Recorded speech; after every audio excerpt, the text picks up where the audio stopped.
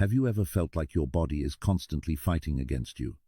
Do you wake up tired, struggle through the day, and wonder why healing seems so difficult? What if I told you that just 10 minutes a day could unlock your body's natural ability to repair itself? It might sound too simple to be true, but sometimes the most powerful solutions are the ones we overlook because of their simplicity. Today, we're going to explore an ancient practice rooted in Zen wisdom that has the potential to transform your health from the inside out.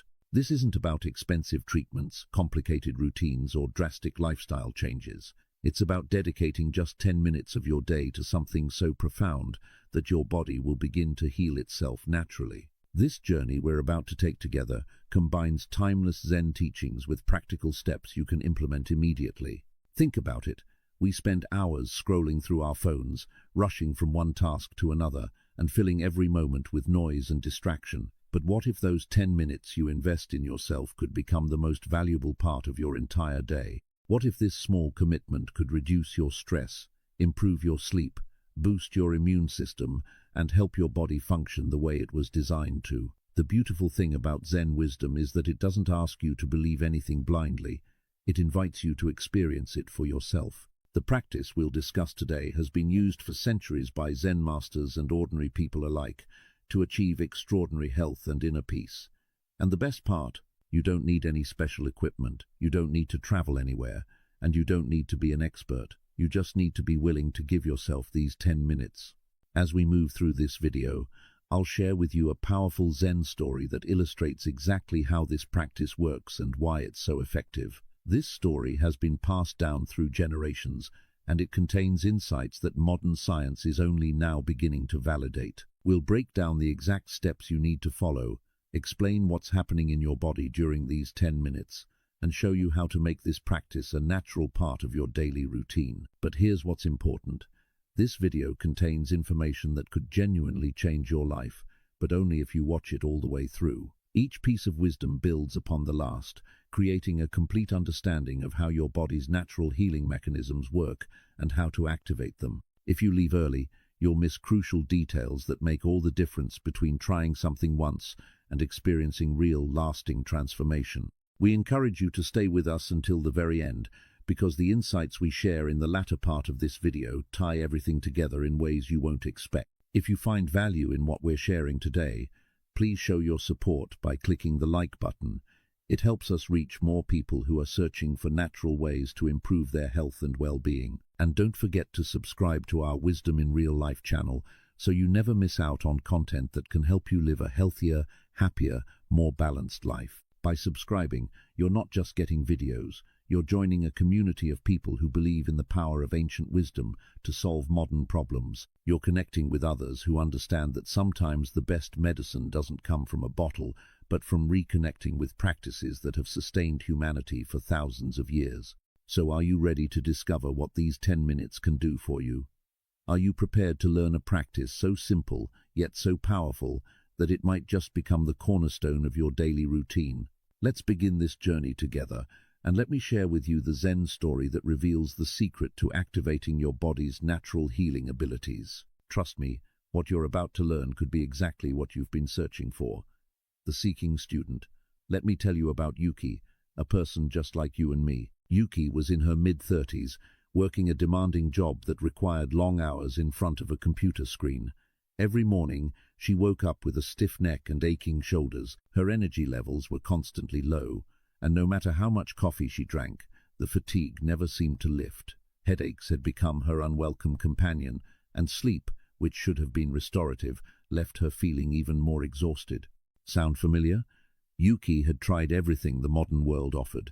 She took supplements, visited multiple doctors, tried different diets, and even invested in an expensive ergonomic chair. Some things helped temporarily, but nothing addressed the root of her problems. Her body felt like it was breaking down, and she was only getting older. The thought of living the rest of her life this way filled her with quiet desperation. One evening, after another exhausting day, Yuki stumbled upon an old article about natural healing practices.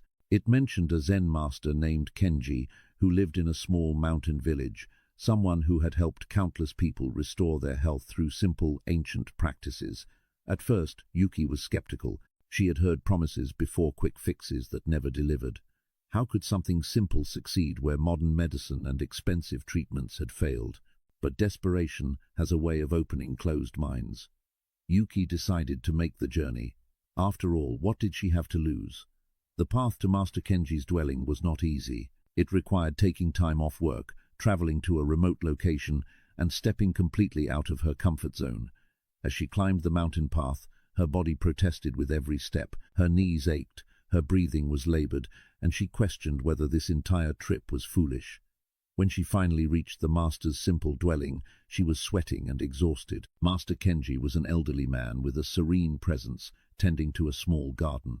He looked up at Yuki with eyes that seemed to see right through her, not in a judgmental way, but with deep understanding. Yuki explained her situation, listing all her symptoms, all the treatments she had tried, and all the failures she had experienced. She expected the master to prescribe some complex routine or special herbs. Instead, Master Kenji smiled gently and said something that frustrated Yuki at first. "You are trying too hard to fix what is not broken." Yuki felt her frustration rising. Not broken, her body felt completely broken. She had traveled all this way for cryptic statements, but something in the master's calm demeanor made her pause. He invited her to sit, offered her tea, and said, "Before I teach you anything, you must understand something important. Your body is not your enemy. It is the wisest teacher you will ever have." Those words hung in the air, and for the first time in years, Yuki felt a small spark of hope. Maybe, just maybe, there was something here worth learning. The Zen teaching begins. Master Kenji led Yuki to a quiet spot overlooking the valley below. The air was fresh, and for a moment, Yuki forgot about her aches and pains. The master began to speak, his voice calm and measured. "Tell me, Yuki, when you cut your finger, do you have to teach your body how to heal the wound?" Yuki thought about it and shook her head. "No, it just heals on its own." The master nodded. "Exactly. Your body already knows how to heal itself. It has been doing so since the day you were born. Every cell in your body is designed for repair and renewal." This simple observation struck Yuki deeply. She had never thought about it that way. Her body had healed countless cuts, bruises, and illnesses throughout her life without her conscious effort. So why did she feel so broken now? Master Kenji seemed to read her thoughts. "The problem is not that your body has forgotten how to heal. The problem is that we keep interfering with its natural ability to do so. We pile on stress, irregular sleep, constant mental noise and tension. We are like gardeners who plant a seed and then dig it up every day to check if it's growing." He explained that in the modern world, we have become disconnected from our body's natural rhythms. We override our need for rest with caffeine. We ignore signals of hunger and fullness. We sit for hours in unnatural positions. We breathe shallowly because we're always anxious or rushed. "Your body is constantly trying to communicate with you," the master continued, "but you have learned to ignore its voice. You treat symptoms instead of listening to causes." Yuki felt a wave of recognition wash over her. This was exactly what she had been doing, chasing one symptom after another, never pausing to understand what her body was actually trying to tell her. "So what's the solution?" she asked, expecting a long list of things to do. Master Kenji smiled. "The solution is not to add more.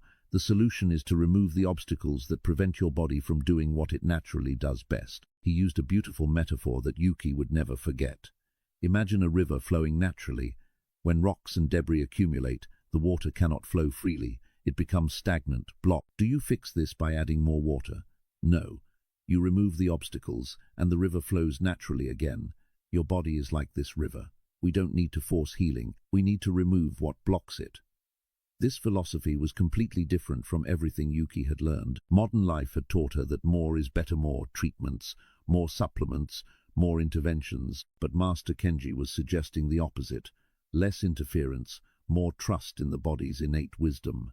"What I am about to teach you," the master said, "takes only 10 minutes a day, but in those 10 minutes you will remove the obstacles.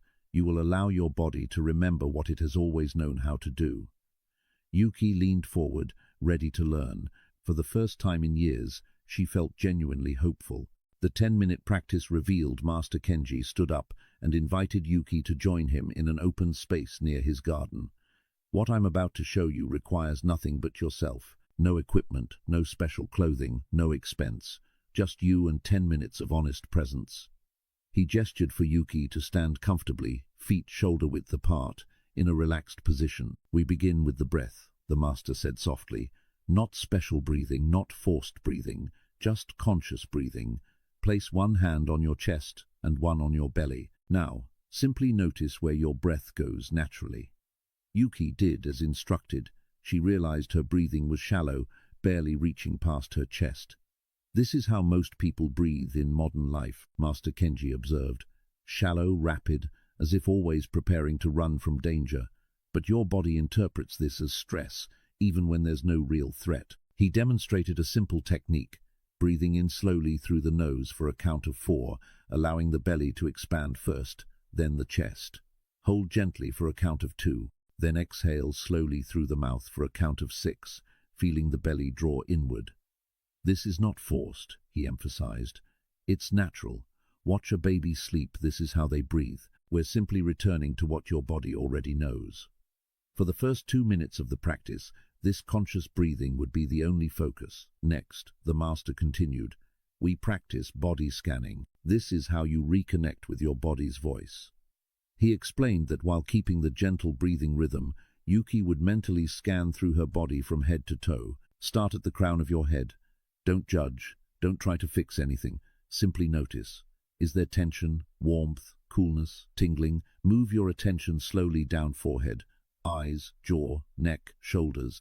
Master Kenji explained that most people carry enormous tension without even realizing it. Your jaw might be clenched, your shoulders might be raised toward your ears, your fists might be tight. These are obstacles, debris in the river. By simply noticing them with kind awareness, without trying to force them to relax, they often release naturally. This scanning process would take about 3 minutes, moving all the way down to the toes. The third component involved gentle movement. Your body was designed to move, the master said, beginning to demonstrate slow, fluid stretches. But not aggressive exercise right now. This is about awakening, not exhausting.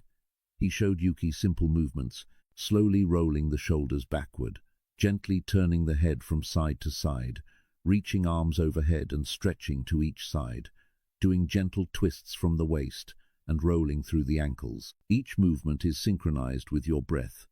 Inhale as you expand, exhale as you contract or twist. Let your body tell you what it needs. These movements weren't about flexibility or achievement. They were about creating space in the body, allowing blood and energy to flow to areas that had been constricted.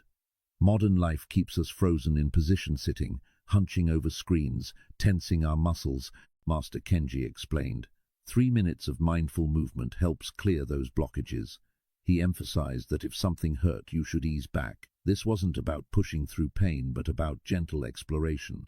The final 2 minutes were dedicated to what Master Kenji called mindful awareness. Sitting or standing comfortably with eyes closed or softly focused downward, Yuki would simply rest in present awareness, not thinking about your to-do list, not planning dinner, not replaying yesterday's conversation, just being here, now. If thoughts command, will you simply notice them like clouds passing in the sky and return your attention to your breath or the sensations in your body. Now here's where the practice becomes truly powerful. Master Kenji explained the science in simple terms that anyone could understand. When you breathe deeply and consciously, you activate your parasympathetic nervous system, your body's rest and repair mode. Most people spend their entire day in fight or flight mode, which shuts down healing processes. These 10 minutes are like flipping a switch that tells your body it's safe to heal. The body scanning creates what scientists call interoceptive awareness, the ability to sense what's happening inside your body. When you can feel tension, pain, or discomfort without judgment, your nervous system can finally address it, the master explained. It's like turning on a light in a dark room. Suddenly, your body can see what needs attention. Research has shown that this kind of awareness reduces inflammation, lowers blood pressure, and improves immune function.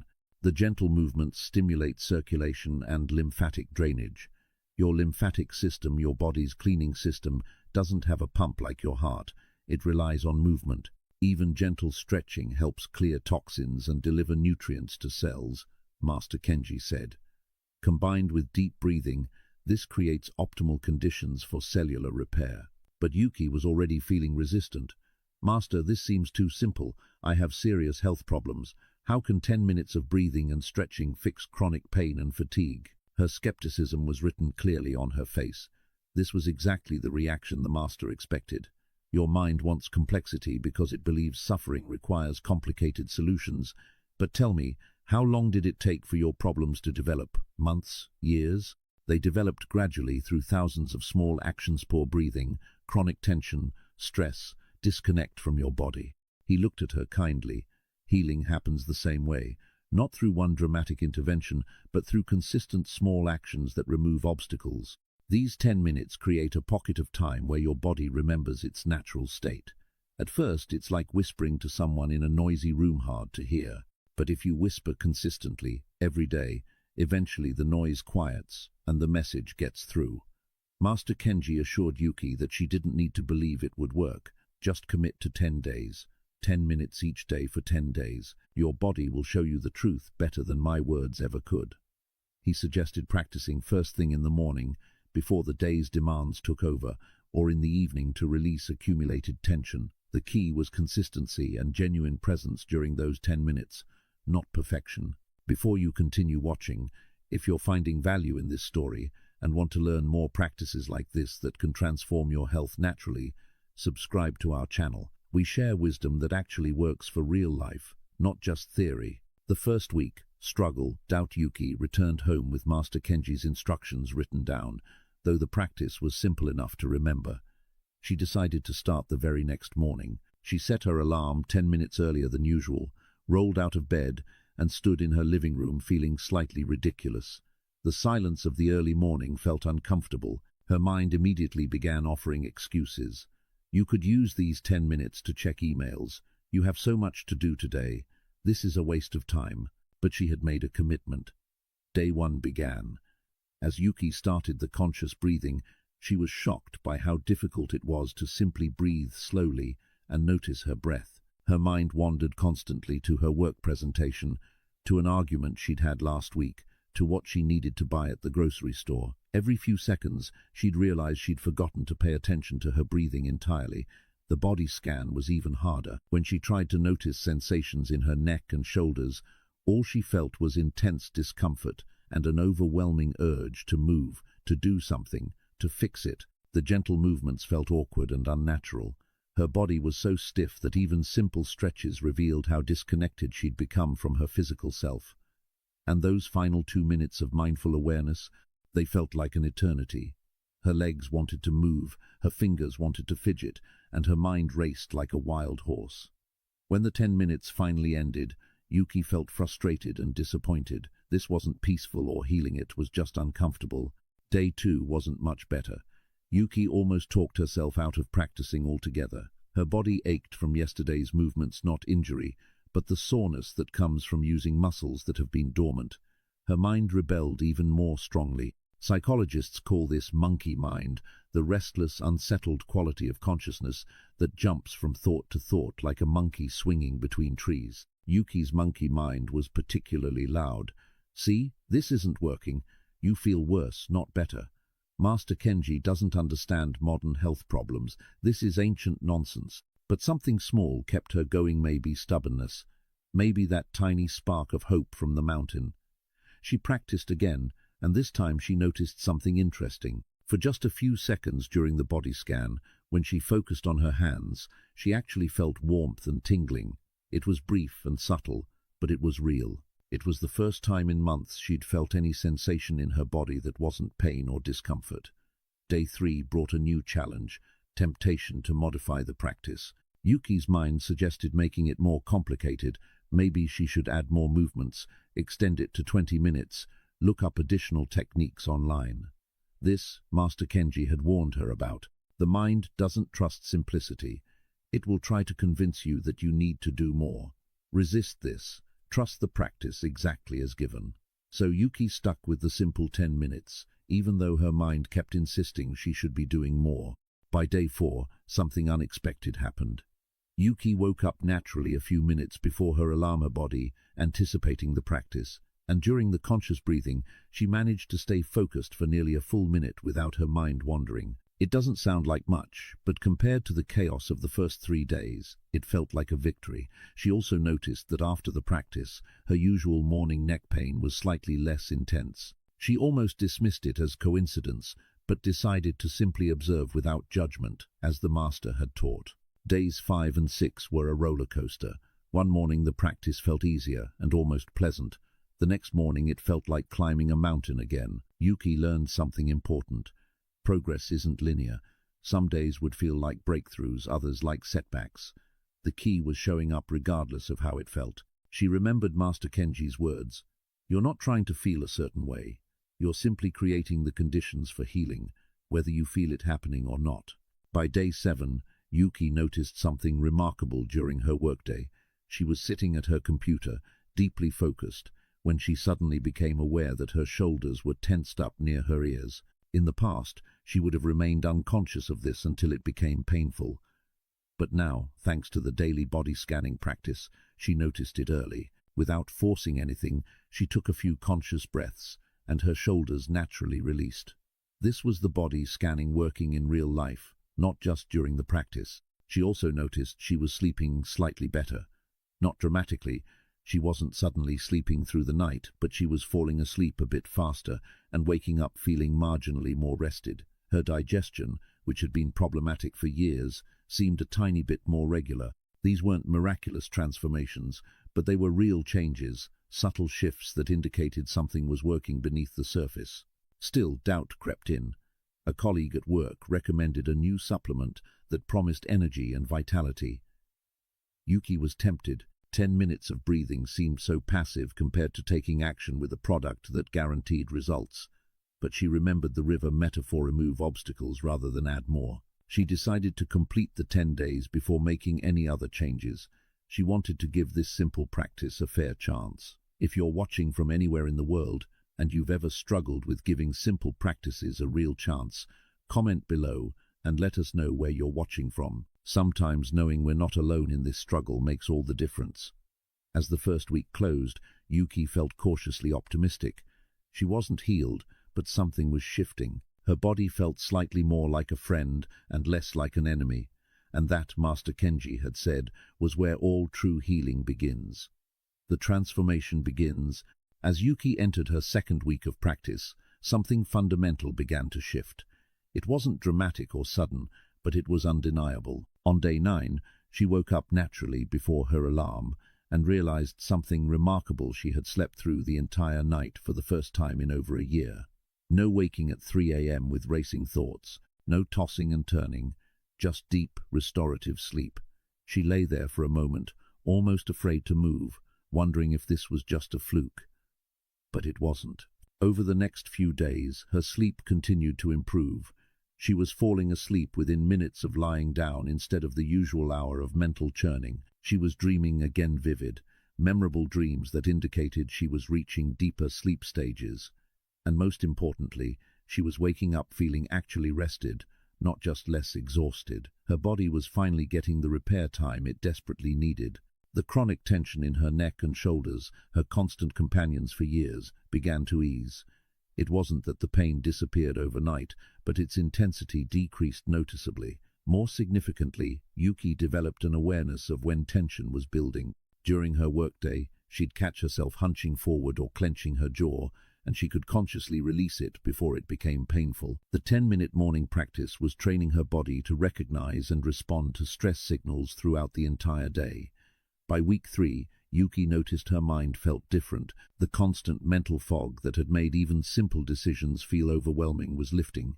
She could focus on tasks for longer periods without her attention fragmenting.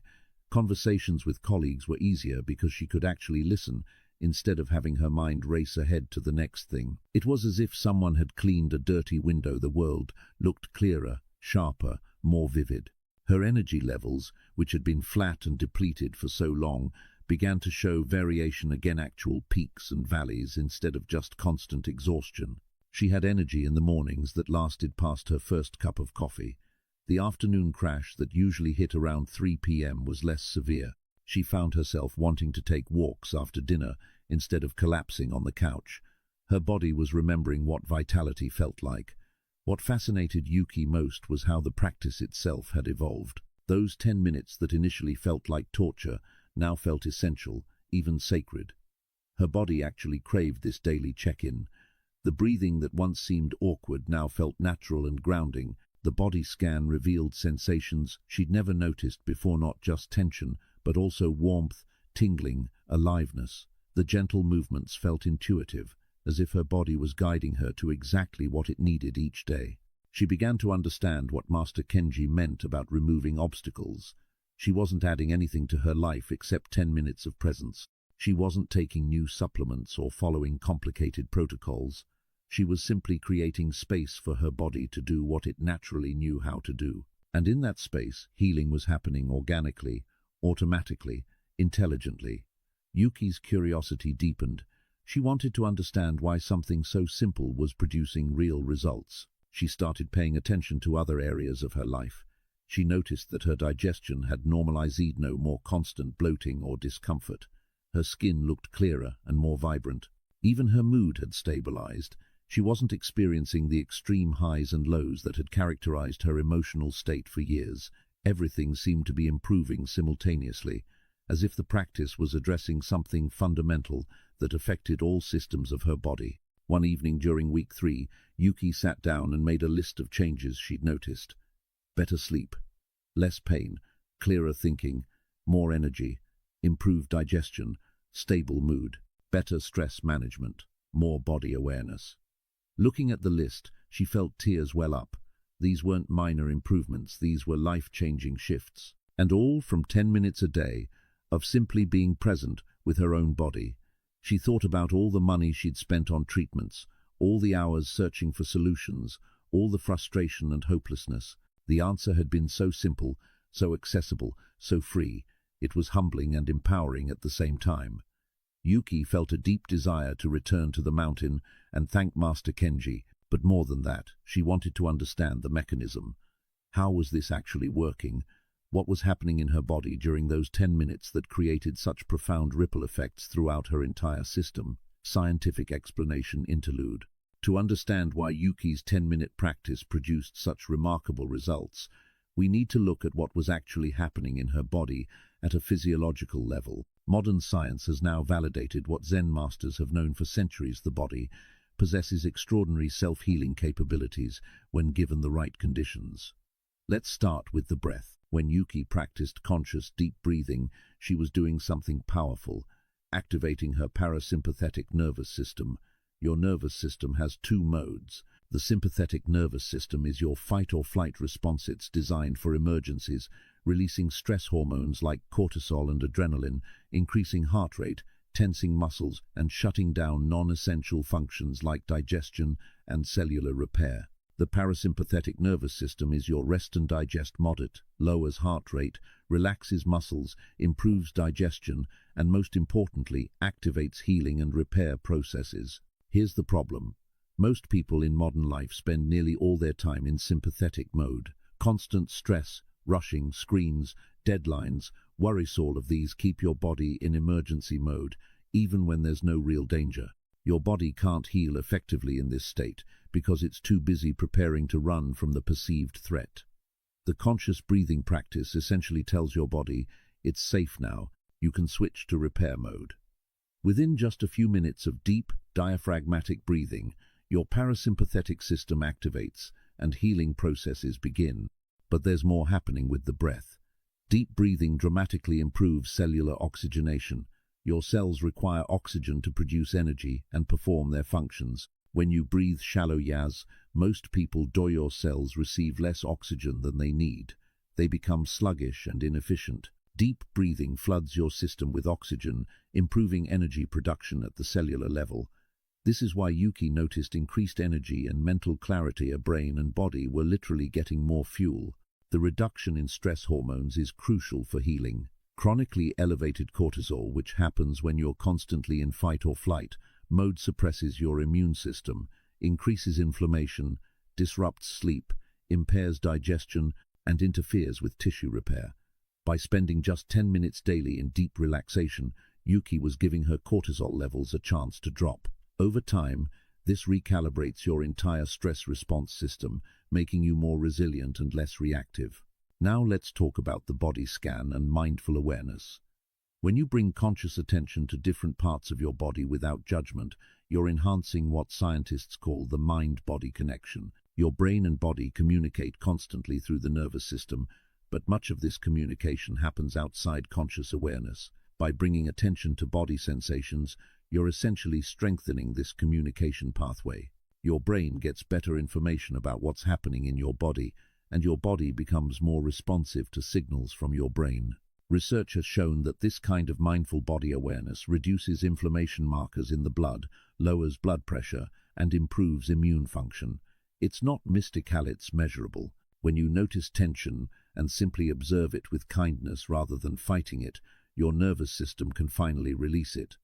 Fighting tension creates more tension. Accepting and observing tension allows it to dissolve naturally. The gentle movements Yuki practiced stimulate multiple healing processes. Movement increases blood circulation, delivering nutrients and oxygen to tissues while removing waste products. It stimulates lymphatic drainage, your body's waste removal system. Unlike your cardiovascular system, which has the heart as a pump, your lymphatic system relies entirely on movement to function. Even gentle stretching helps clear toxins and reduce inflammation. Perhaps most fascinating is what happens at the cellular level during periods of deep relaxation. Scientists have discovered a process called autophagy, literally self-eating. This is your cell's way of cleaning house, breaking down and recycling damaged components and removing cellular debris. It's like a deep cleaning service for your cells. Autophagy is most active during periods of rest and fasting, and it's enhanced by the kind of deep relaxation Yuki practiced. This cellular housekeeping is essential for preventing disease and maintaining optimal function. All of these mechanisms work together synergistically. Better sleep allows more cellular repair. Reduced stress improves immune function. Improved oxygenation increases energy. Enhanced mind-body communication reduces pain. It's not that the 10-minute practice fixes one problem, it removes the obstacles blocking multiple healing systems, allowing them all to function optimally. The beauty of this approach is that you're not forcing your body to do anything unnatural. You're simply creating the conditions through breath, awareness, and gentle movement that allow your body's innate intelligence to take over. Your body already knows how to heal, you're just getting out of its way. Deeper Zen wisdom. After a month of consistent practice, Yuki made another journey to see Master Kenji. She wanted to share her results and thank him, but more than that, she sensed there was something deeper to understand. The master welcomed her with a knowing smile, as if he'd been expecting her return. As they sat together overlooking the valley, Yuki described her improvements: the better sleep, reduced pain, increased energy. Master Kenji listened with quiet appreciation, then said something that puzzled her. "Now you must learn to do even less." Yuki frowned. "But Master, I'm only doing 10 minutes a day. How can I do less?" The old man chuckled softly. "I don't mean less time. I mean less effort, less trying, less forcing." He introduced her to an ancient Zen concept called Wu Wei, often translated as effortless action or non-doing. Master Kenji explained it with a simple observation. Watch water flowing down a mountain.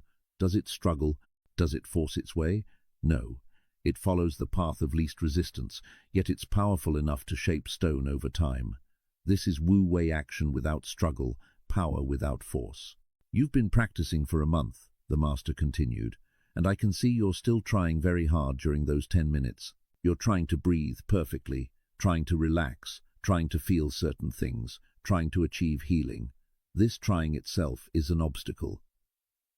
Yuki recognized the truth in his words immediately. She had been approaching the practice like another task to complete correctly, another thing to succeed at. Master Kenji taught her a profound paradox. When you stop trying to control your body and instead trust it, you paradoxically gain the deepest form of control. Your body has an innate intelligence that far surpasses your conscious mind. Every second, without your awareness, your body is performing millions of complex operations, regulating temperature, fighting infections, repairing tissues, balancing chemistry. It knows what to do. Your job is simply to create space and get out of the way. He shared stories of other students who had come to him over the years. There was Hiro, a businessman who had suffered from chronic insomnia and anxiety. After months of trying every medical intervention, he learned the 10-minute practice. At first, Master Kenji recalled, Hiro treated it like a business meeting with his body structured, goal-oriented, measuring results.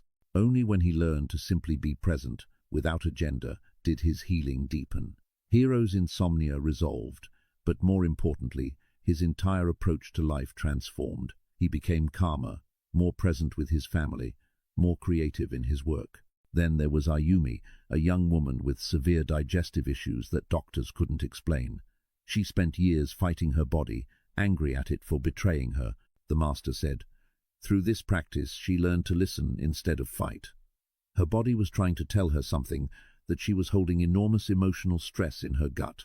As she became present with her body, she could finally process those emotions, and her digestion healed naturally.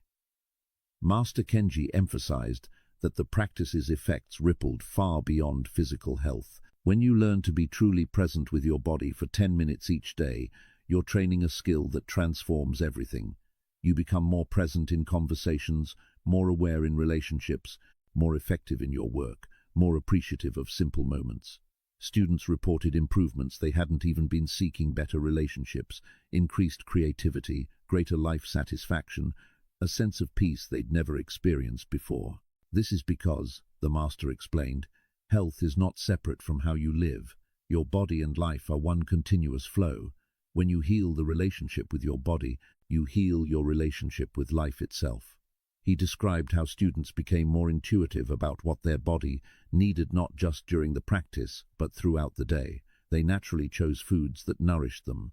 They recognized when they needed rest versus when they needed movement. They set healthier boundaries in relationships because they could feel the physical impact of saying yes when they meant no. The deepest wisdom Master Kenji offered was this: most people approach healing as war. They fight their symptoms, battle their bodies, combat their conditions. But true healing is not war. It's reconciliation.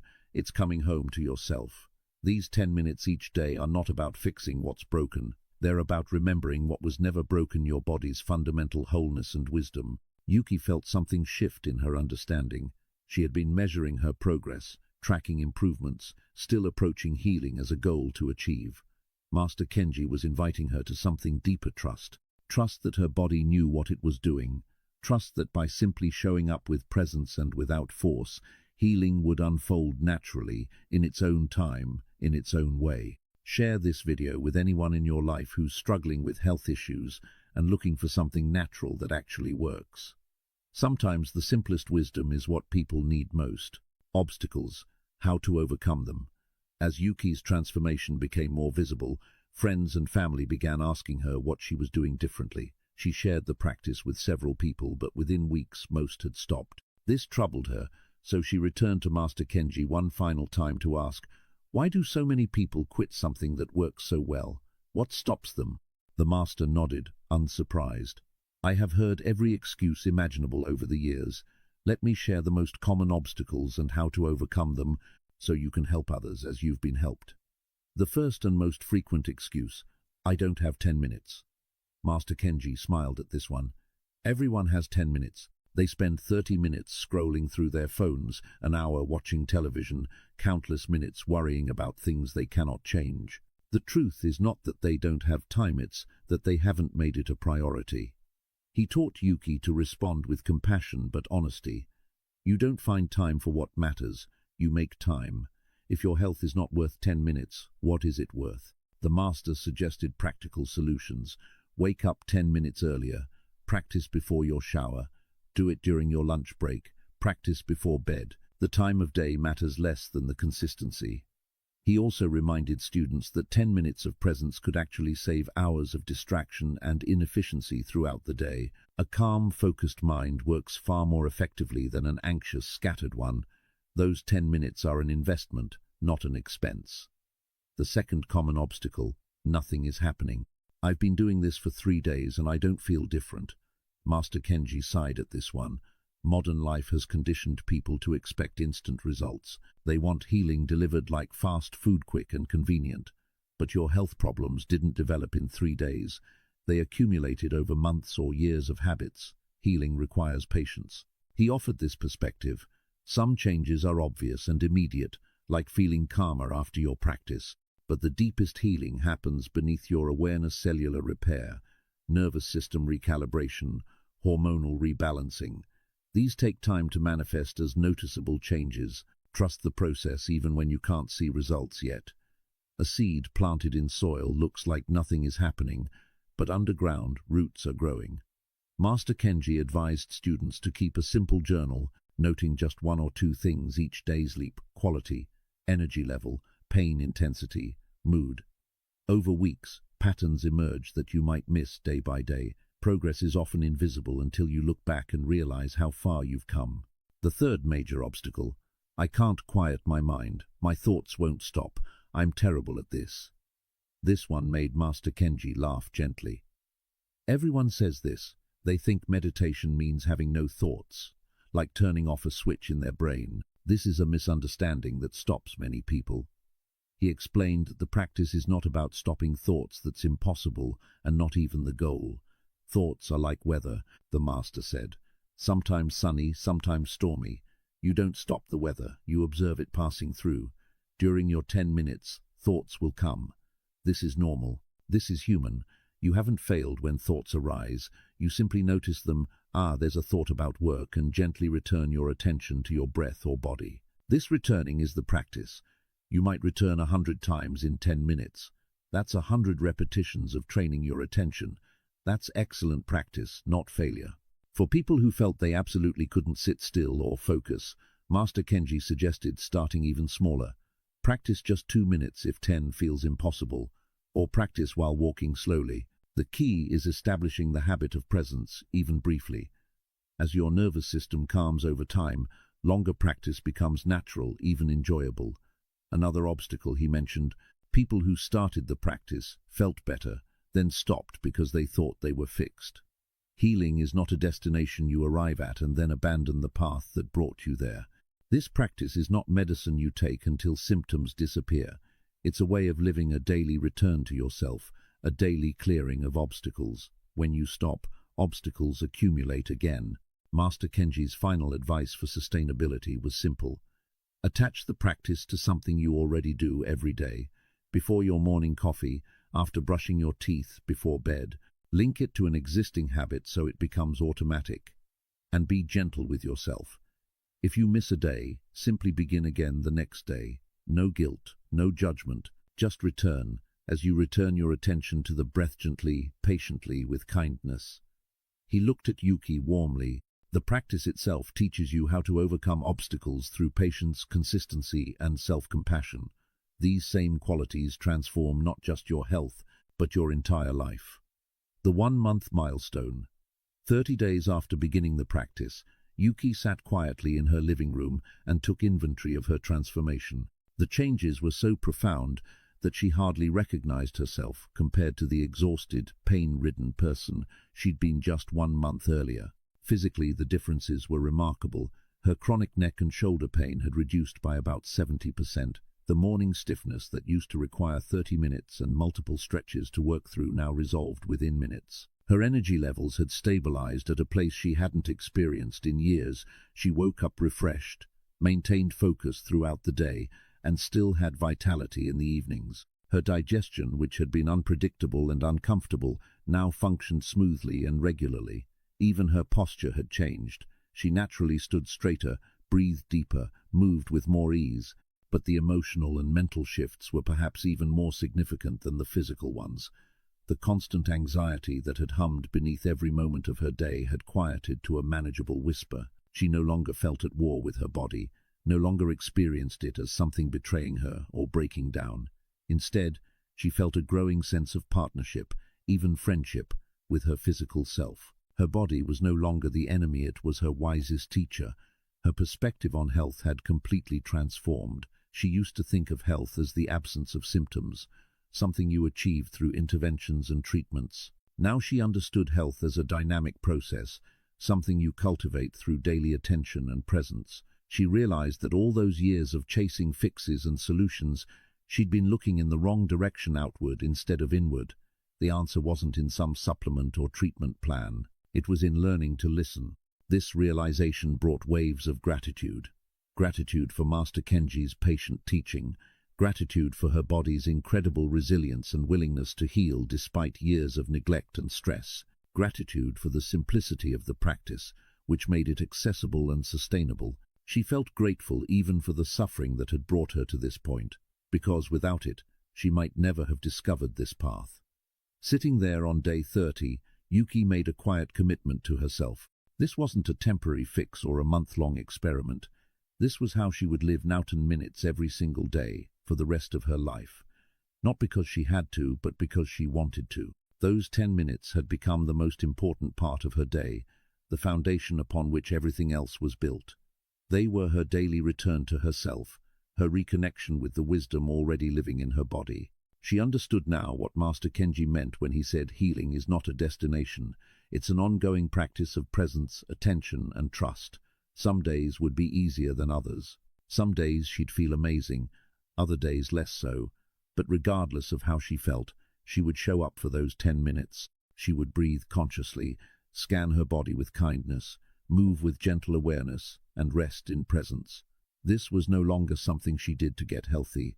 This was simply how she lived. The Master's final wisdom. 6 months after her initial visit, Yuki returned to Master Kenji's mountain dwelling one last time. She had continued the practice every single day, and the transformations had deepened and stabilized. But she came with a question that had been growing in her heart. Master, several people have asked me to teach them what you taught me. I want to help them, but I'm not sure I'm ready. What wisdom can you share before I begin teaching others? Master Kenji invited her to sit, and his eyes held both seriousness and warmth. What I'm about to tell you is what every student needs to hear, and what every teacher must remember. The practice is simple, but it is not easy. He paused, letting the words settle. People hear 10 minutes of breathing and body awareness and think it sounds trivial. They underestimate it. Then they begin and they discover that being truly present, even for 10 minutes, is one of the hardest things a human can do. He explained that modern life trains people to be everywhere except the present, moment planning the future, replaying the past, escaping into distractions. To simply be here now with your body, your breath, your actual experience, this requires courage and discipline. The practice is simple in instruction, but demands everything from you in execution. The Master's second teaching was about consistency over intensity. Many people approach healing like sprinting. They do too much, too intensely, then burn out and quit. They practice for an hour one day, then not at all for a week. This doesn't work. He used a beautiful metaphor. Imagine you're trying to wear a groove into stone. 1 hour of intense pressure makes little impression, but 1 drop of water, falling in the same spot every day, will eventually carve through solid rock. This is the power of consistency. Master Kenji emphasized that 10 minutes daily beats 1 hour weekly every time. It's not about how long or intense your practice is. It's about showing up, day after day, creating a rhythm your body can trust. Your nervous system learns through repetition. Your cells respond to consistency. Trust develops through reliability. He told Yuki that even on busy days, sick days, or unmotivated days, she should maintain the practice even if it meant just 5 minutes. Maintaining the habit is more important than perfect execution. This led to his teaching about the compound effect. People want dramatic results immediately. They don't understand that small daily actions compound exponentially over time. Master Kenji illustrated this with numbers. Imagine you improve just 1% each day. It seems insignificant, but after a year, you're not 1% better, you're 37 times better. This is how healing works. Each 10-minute practice makes a tiny difference, but those tiny differences accumulate into transformation. He warned Yuki about what he called the plateau periods, times when progress seems to stall. Students often quit during plateaus. They practiced for 2 months, felt great improvements, then improvements slowed. They think it's not working anymore. But this is when the deepest work is happening. Visible change alternates with invisible integration. Trust the plateaus. Keep practicing through them. Breakthroughs often come right after you want to quit. Master Kenji's next wisdom was about passing the teaching forward. You asked if you're ready to teach. Here's the truth. You don't need to be perfect to help others. You just need to be a few steps ahead on the path. Share what you've learned, what worked for you, and be honest about your own struggles. The best teachers are not those who have transcended all difficulties, but those who remember what it's like to struggle and can guide others through it with compassion. He emphasized that teaching is not about converting everyone. Some people aren't ready. They'll make excuses, resist, quit. This is okay. Plant seeds without attachment to whether they grow. Share the teaching with those who are truly seeking. You'll recognize them. They're the ones who are suffering enough to be open, but not so broken that they can't begin. Those are the ones you can help. Master Kenji shared one final profound teaching. The student becomes the teacher, not by mastering the practice, but by embodying it. When people see you calm in chaos, healthy in a sick world, present in an age of distraction, they won't ask what you know. They'll ask who you are and how you got there. Your life becomes the teaching. The way you move through the world, respond to stress, treat your body, show up each day, this is the real transmission. He looked at Yuki with deep appreciation. You came to me desperate and broken, seeking healing. I gave you a simple practice, but what really healed you was your willingness to trust, to be consistent, to be patient with yourself. These qualities, trust, consistency, patience, are what you'll teach others, not just the mechanics of breathing and body scanning. As Yuki prepared to leave, Master Kenji offered one last piece of wisdom. Remember this always. Healing is not something you achieve and then forget about. It's a relationship you cultivate daily. These 10 minutes are your sacred time to honor that relationship. Whether you're teaching others or just living your life, never abandon your own practice. A teacher who stops being a student has nothing left to teach. If you want to learn more practices like this that can genuinely transform your health and life, subscribe to our channel. We're here to share wisdom that works, not just theory. And comment below, let us know if you're going to try this 10-minute practice, or tell us where you're watching from. We'd love to hear from you. Real-world application guide. Now that you understand the power of this 10-minute practice, let's talk about exactly how to implement it in your real life. This isn't theoretical, this is your practical roadmap to beginning today. First, let's break down the practice into clear, actionable steps. Find a space where you won't be disturbed for 10 minutes. It doesn't need to be perfectly quiet or special, just a place where you can stand or sit comfortably. Turn off your phone or put it on silent. This is non-negotiable. These 10 minutes belong entirely to you and your body. Start by standing with feet shoulder-width apart, or sitting comfortably with your spine relatively straight but not rigid. Begin with 2 minutes of conscious breathing. Place one hand on your chest and one on your belly. Breathe in slowly through your nose for a count of 4, letting your belly expand first, then your chest. Pause gently for a count of 2. Exhale slowly through your mouth for a count of 6, feeling your belly draw inward. Don't force it, find a rhythm that feels natural. If counting distracts you, simply focus on making your exhale longer than your inhale. After 2 minutes of breathing, move into the body scan for about 3 minutes. Keep breathing gently as you bring your attention to the top of your head. Don't judge what you feel, just notice. Slowly move your awareness down forehead, eyes, jaw, neck, shoulders, arms, chest, belly, hips, legs, all the way to your toes. When you notice tension, don't try to force it away. Simply acknowledge it. I notice tension in my shoulders. This awareness alone often allows release. Next comes 3 minutes of gentle movement. Remember, this isn't exercise, it's awakening. Roll your shoulders backward slowly, 5 times. Gently turn your head side to side, feeling the stretch in your neck. Reach your arms overhead and stretch to each side. Do slow, gentle twists from your waist. Make circles with your ankles. Let your body guide you. If something feels tight, move into it gently.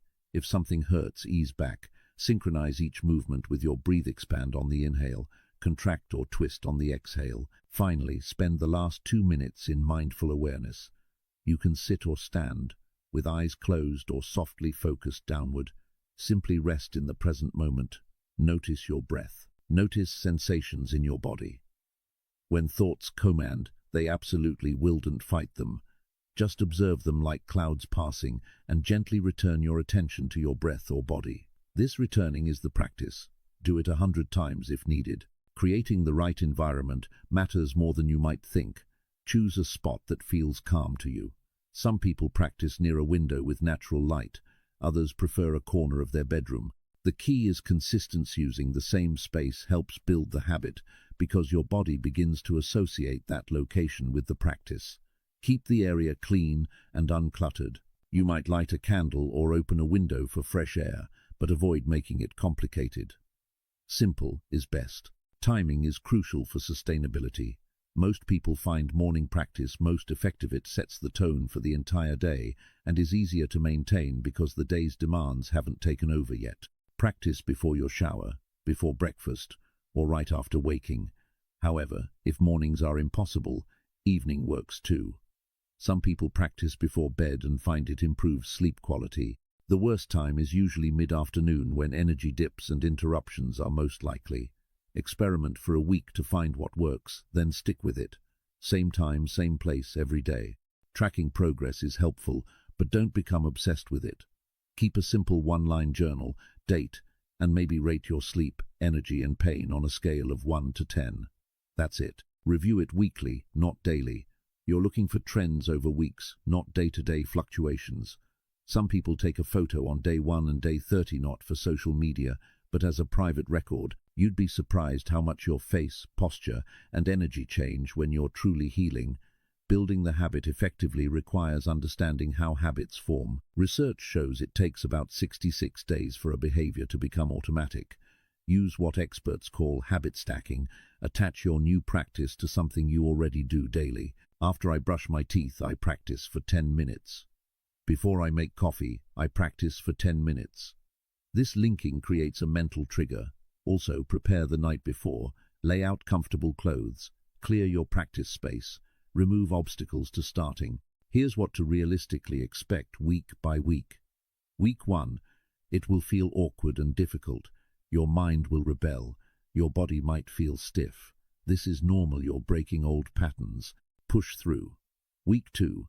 Moments of calm start appearing during the practice. You might notice slightly better sleep or small reductions in tension. Week 3. The practice starts feeling less forced. You're beginning to look forward to it. Physical improvements become more noticeable. Week 4. This is often breakthrough time. Multiple systems improve simultaneously. You feel significantly different than day 1. Weeks 5 through 8. Deeper integration happens. The awareness you cultivate during practice extends into your daily life. You catch stress earlier, respond to your body's signals better, feel more grounded overall. After 2 months, if you've been consistent, the practice feels essential rather than optional. You miss it when you skip it. Your body craves this daily check-in. One crucial point: don't make it complicated. The simplicity is the power. Don't add extra techniques. Don't extend it to 30 minutes thinking more is better. Don't keep changing the routine. Trust the basic practice. Master the fundamentals before adding anything else. Simplicity sustained over time beats complexity attempted briefly. Common questions answered. As word spreads about this practice, certain questions come up repeatedly. Let's address them clearly so you can practice with confidence and share accurate information with others. Can I do more than 10 minutes? Yes, but be careful about your motivation.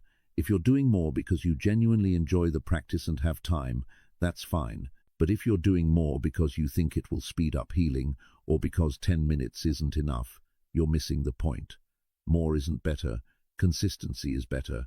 10 minutes done daily for a year transforms your life. 30 minutes done sporadically accomplishes little. Master Kenji was clear.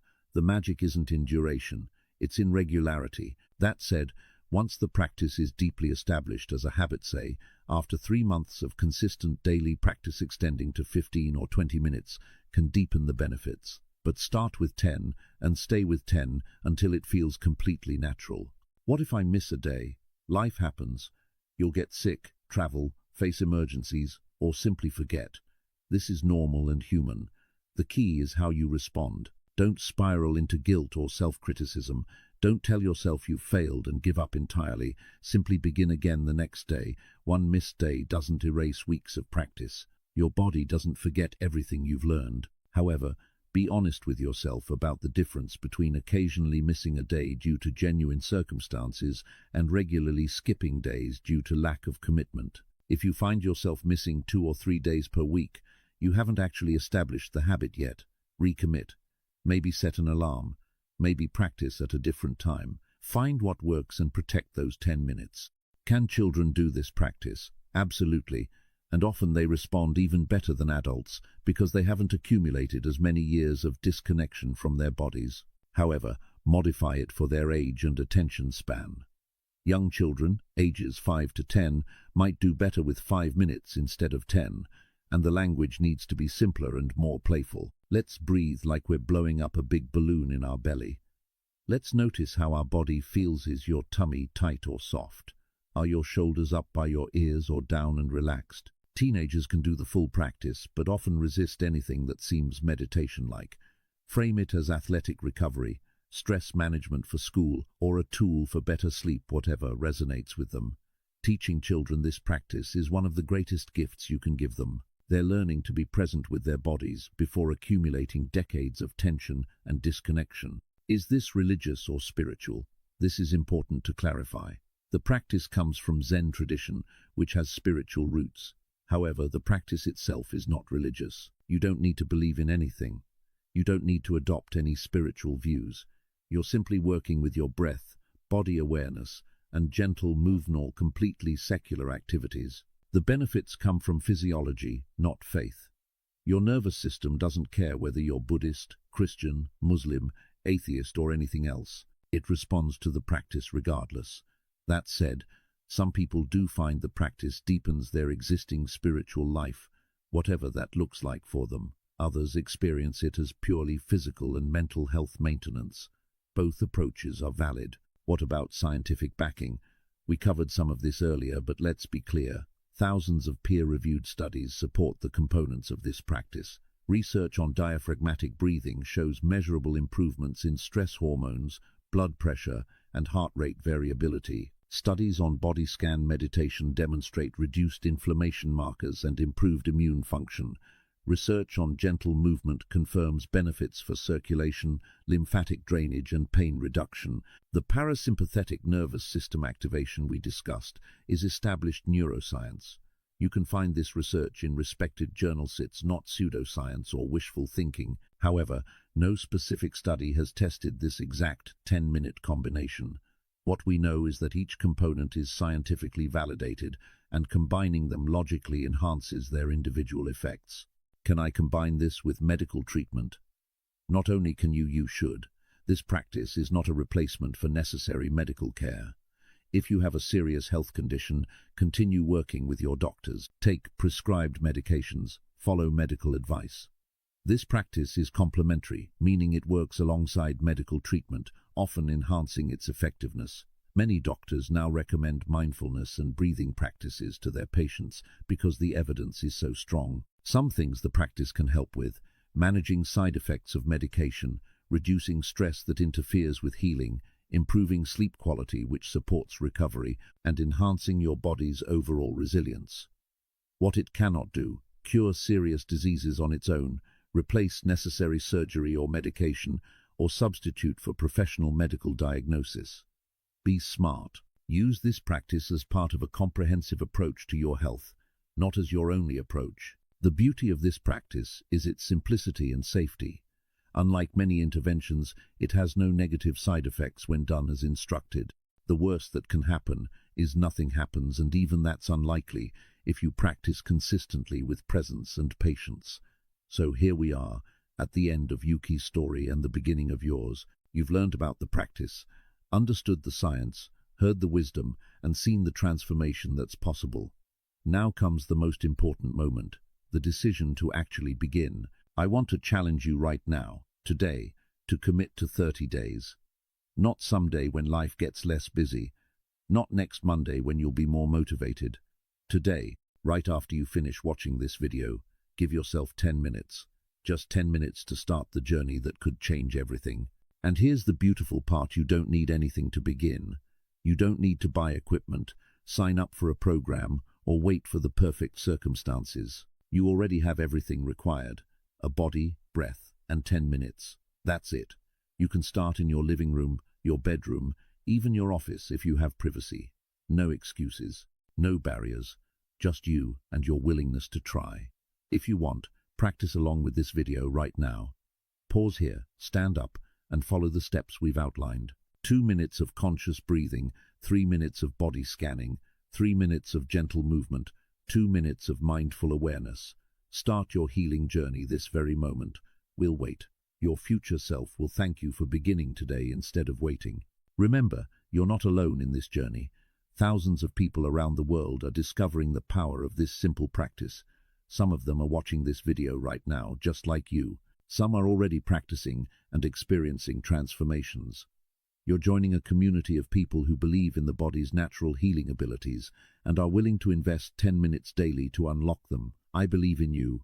I believe you can do this. Not because you're special or different, but because you're human, and every human body has this incredible capacity for self-repair when given the right conditions. Yuki was just an ordinary person with ordinary problems. The only thing that made her transformation possible was her decision to start and her commitment to continue. You have that same power within you right now. Think about where you could be 30 days from now. Better sleep, less pain, more energy, clearer mind, calmer emotions, deeper connection with yourself.